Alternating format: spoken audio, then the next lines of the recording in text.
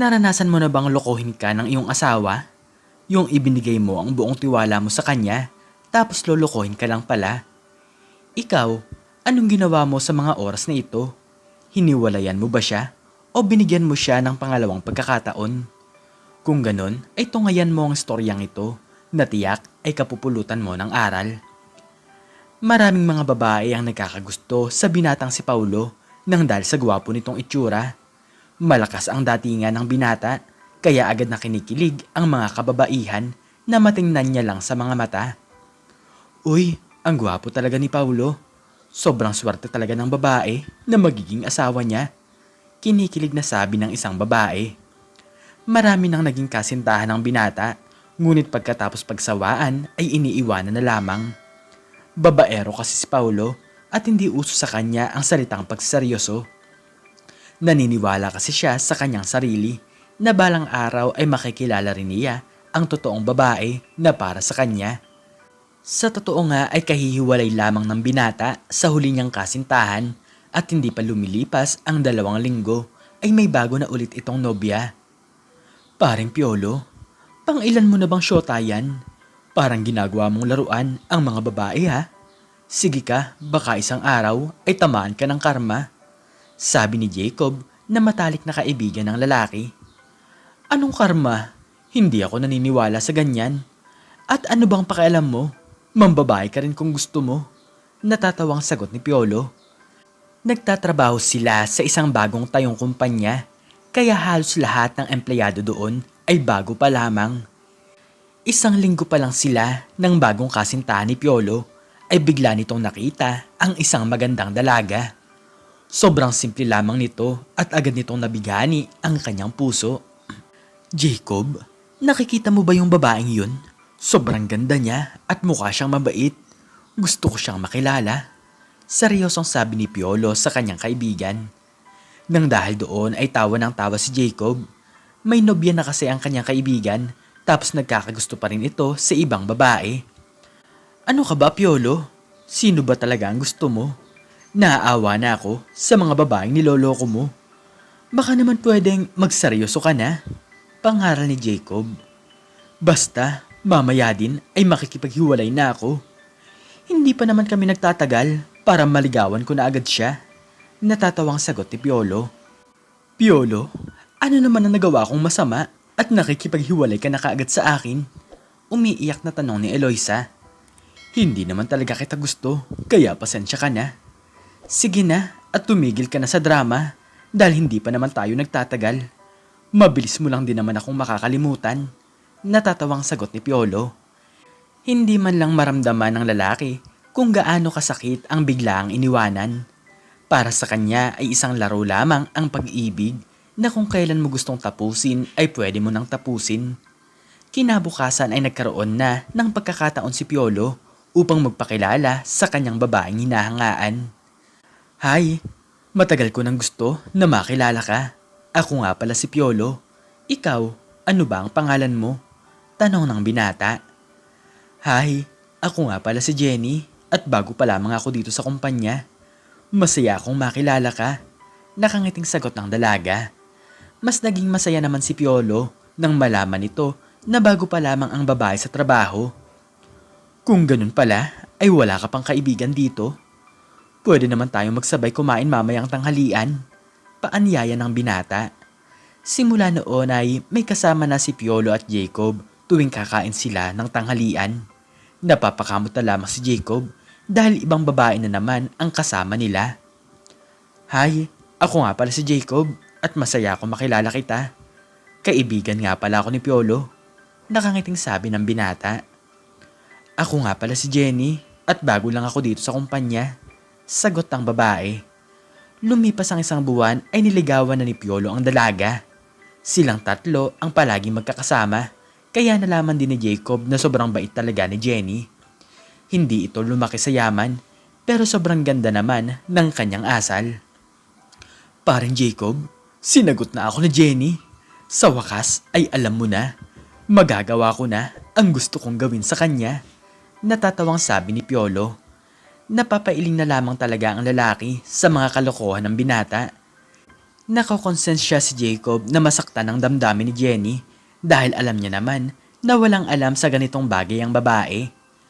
Lumipas sa mga buwan ay nakuha ni Paulo ang gusto niyang makuha sa dalaga. Masayang masaya ito habang ikwento ang bagay na ito sa kanyang kaibigan. Parang Jacob naman, huwag ka naman magalit sa akin. Hindi ko naman iiwanan si Jenny dahil hindi siya nakakasawang tingnan. Natatawang sabi ni Piolo. Ngunit nanatiling seryoso ang mukha ni Jacob at naaawa na talaga ito sa kalagayan ng babae. Hindi kasi alam ni Jenny na kahit may relasyon sila ni Piolo ay tuloy-tuloy pa rin ito sa pambababae. Jenny, aalis lang kami ni Jacob mamaya. May kailangan kasi kaming asikasuhin. Pasensya ka na kung hindi kita maihatid sa tinutuluyan mong bahay. Paalam ni Piolo. Maya-maya lamang ay kinausap ng binata si Jacob. Pare, samahan mo naman ako at manchichicks tayo mamaya sa bar. Huwag ka nang tumanggi dahil nagpaalam naman ako kay Jenny. Nakangiting sabi ni Piolo. Sa mga oras na ito ay nai-stress din naman si Jacob sa kanyang trabaho kaya pinagbigyan niya ang kanyang kaibigan. Oo na, sige na. Pero huwag mong lulukohin si Jenny ha. Nakakaawa naman siya kung malaman niya ang mga ginagawa mo. Sagot ng binata. Masayang-masaya ang magkaibigan na nag-inom sa bar nang bigla silang lapitan ng isang grupo ng kababaihan. Lumipas ang ilang oras nang tamaan sila ng alak ay dinala ni Piolo ang mga ito sa pinakamalapit na hotel. Si Jacob naman ay nagpaalam na sa kanyang kaibigan dahil gusto na nitong magpahinga sa kanyang bahay. Kinabukasan ay pumasok na si Jacob sa kanyang trabaho ngunit napansin nito na malungkot ang mukha ni Jenny. Jacob? Nasaan si Piolo? At bakit hindi siya pumasok ngayon? Hindi rin siya nagpapadala sa akin ng mensahe at ang usap-usapan ay marami siyang kasamang babae. Seryosong tanong ni Jenny. Dito naglakas loob si Jacob na bigyan ng babala ang dalaga. Jenny, iwanan mo na si Piolo. Hindi ka niya talaga mahal at niloloko ka lang niya. Pati na nga ako ay nakokonsensya na sa mga ginagawa niya sa'yo. Nakayukong sabi ni Jacob. Lumipas pa ang 2 araw ay nakipaghiwalay na si Jenny sa kanyang nobyo, ngunit para kay Piolo ay baliwala sa kanya ang pangyayaring ito. Anong akala niya? Malulungkot ako? Sobrang daming mga babae yan sa paligid. Natatawang sabi ng binata. Sa paghihiwalay ng dalawa ay nalaman ni Jenny na babaero pala talaga ang kanyang dating nobyo. Masakit pa rin para sa kanya ang pakikipaghiwalay niya kay Piolo. Kaya palagi siyang lumalapit kay Jacob. Jacob, pwede ba tayong mag-inom? Gusto kong ilabas ang lahat ng sakit na aking nararamdaman. Umiiyak na sabi ni Jenny. Sige, pero kaunti lang ha. Hindi mo naman kailangan magpakalasing. Sagot ni Jacob. Ngunit nang mag-inuman ang dalawa ay hindi nila napapansin na nalalasing na sila. Nagising na lamang ang dalawa na magkalapit na sa kama at walang saplot sa kanilang mga katawan. Jenny, pasensya ka na talaga. Hindi ko talaga sinasadya. Gulat na sabi ni Jacob. Agad naman nagbihis ang dalaga at hindi rin alam na may nangyayari sa kanila. Hindi man sila nagkaroon ng relasyon, ngunit napilin lang itago ang nangyari sa kanila. Ilang araw ang lumipas ay napansin ni Piolo na magkasama si Jenny at Jacob. Takang-taka talaga ang binata kung bakit siya nakakaramdam ng selos. Oh, Jacob, kasama mo pala siya. Jenny, patawarin mo ako sa aking nagawa. Pangako magbabago na ako at hindi ko na uulitin pa ang aking nagawa. Lumuluhang sabi ni Piolo. Nakita naman ni Jenny na tumatango si Jacob. Senyales ito na bahala siyang magdesisyon kung ano ang kanyang kagustuhan. Mahal pa rin ng babae si Piolo. Kaya agad niya itong binigyan ng pangalawang pagkakataon. Pero si Jacob naman ay nagtitiis ng kanyang nararamdaman. Ang totoo kasi niyan ay mahal na rin niya si Jenny, ngunit alam niya naman sa kanyang sarili na wala siyang karapatan. 2 buwan na lumipas ay nalaman ni Piolo na buntis ang kanyang nobya. Bilang paninigurado ay agad na humingi ng kasal ang mga magulang ng dalaga. Nagpakasal sila sa West. At sa mga susunod na buwan ay balak din nilang magpakasal sa simbahan. Minahal na talaga ni Piolo ang kanyang asawa at ito ang unang pagkakataon na nagseryoso siya. Ngunit lumipas ang ilang buwan ay lumaki na ang tiyan ni Jenny. Palaging wala si Piolo at hindi niya malaman kung saan ba palagi nagpupunta ang kanyang asawa. Muli siyang pinanghinaan ng loob nang dahil sa mga bali-balita na naririnig niya na babaero pa rin daw ang lalaki. Piolo, anong ginagawa mo dito? At sino yung kasama mo?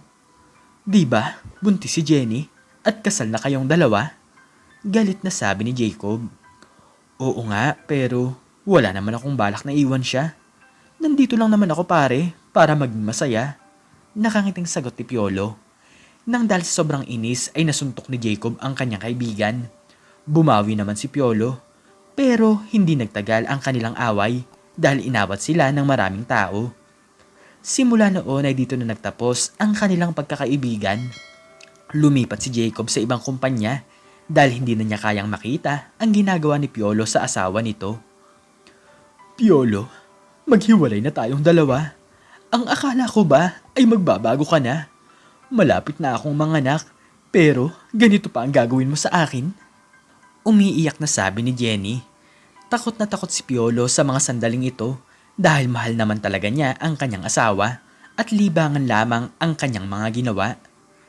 Jenny naman, hindi naman kita iiwan.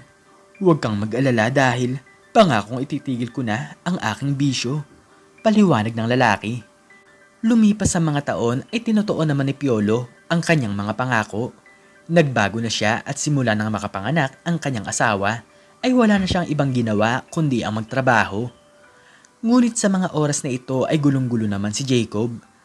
Pasikreto kasi siyang kinausap ni Jenny at hindi daw maramdaman ng babae na anak nila ni Piolo ang batang ito.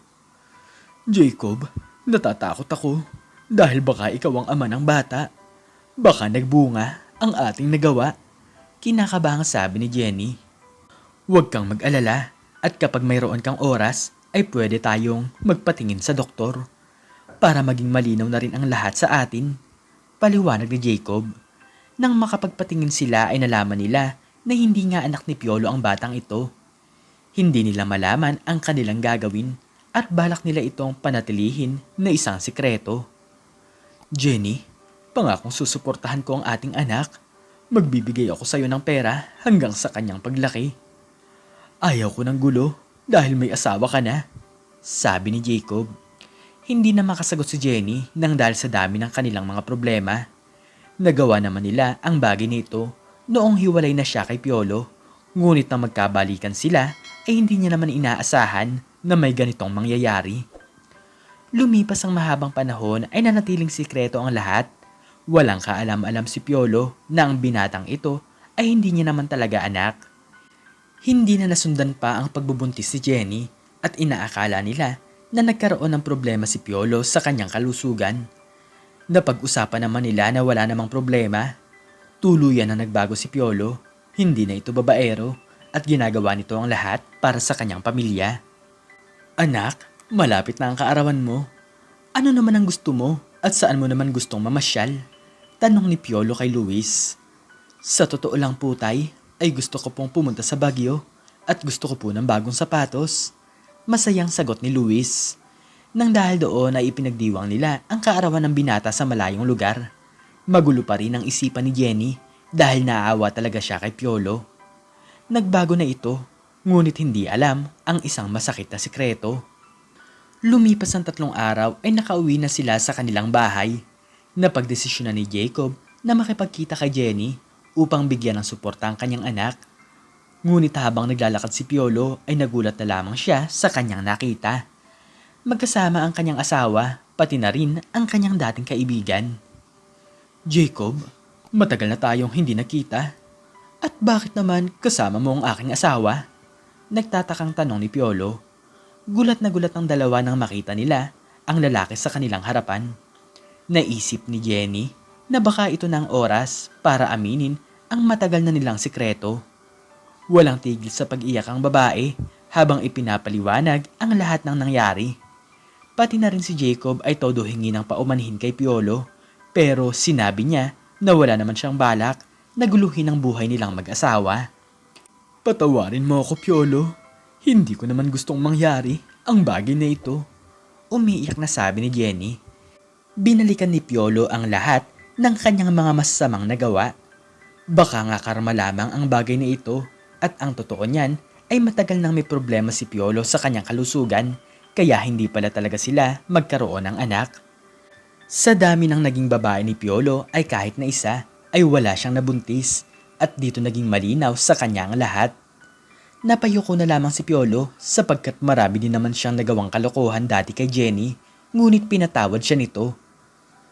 Pinapatawad na kita, Jenny. Pero gusto ko lang sana na huwag na kayong magkita. Huwag kang mag-alala, Jacob, dahil ako na ang bahala kay Luis. Lumuluhang paliwanag ni Piolo. Simula noon ay naging maayos ang kanilang pamilya. Mahal na mahal ni Piolo si Jenny at nagkapatawaran silang dalawa. Hanggang tingin na lamang si Jacob sa kanyang anak, ngunit alam niya naman na ito ang makakabuti para sa kanilang lahat. Jenny, wala akong karapatan na magalit sa'yo dahil ako ang una na nanakit sa'yo. Wala kang kasalanan, kaya ang gusto ko lang ay ang maging tahimik na lamang ang ating pamilya. Huwag kang mag-alala dahil ituturing ko si Luis na parang sarili kong anak. Seryosong sabi ni Piolo. Tiniis ng lalaki ang lahat ng sakit at alam naman niya na balang araw ay matatanggap niya rin ang lahat. Lumipas pa ang mga taon ay naging maayos na talaga ang kanilang pamilya. Nagkaayos na si Piolo at Jacob. Inamin nila kay Luis ang katotohanan nang sa ganon ay hindi na sila mahirapan. Sa una ay nahirapan din ang binata na tanggapin ito, ngunit sa paglipas ng panahon ay natanggap din naman ito ni Luis. Kung minsan ay namamasyal sila ng kanyang tunay na ama at wala namang nagiging problema. Hanggang sa dumating ang araw na nagkaroon na rin si Jacob ng sariling pamilya at namuhay na rin ito ng masaya. Maraming pinagdadaanan ng isang mag-asawa, ngunit kahit na anong mangyari ay kailangan mong magpatawad. Nangako kayo sa isa't isa na magsasama kayo sa hirap at ginhawa. Kung ano man ang masamang nakaraan ay dapat mo lang kalimutan para sa magandang kinabukasan. Kung nagbago na naman siya at hindi na inulit ang kalokohan, ay bakit hindi mo ulit subukan na muling ibalik ang inyong pagmamahalan? Ikaw, anong natutunan mo sa istoryang ito? I-comment mo sa baba ang iyong natutunan. At hanggang dito na lamang po nagtatapos ang aking istorya at sana po ay nagustuhan nyo ito. Please like, share, and subscribe and click the notification bell para lagi kang updated sa mga bago kong istorya. Muli ay maraming salamat po at God bless us all.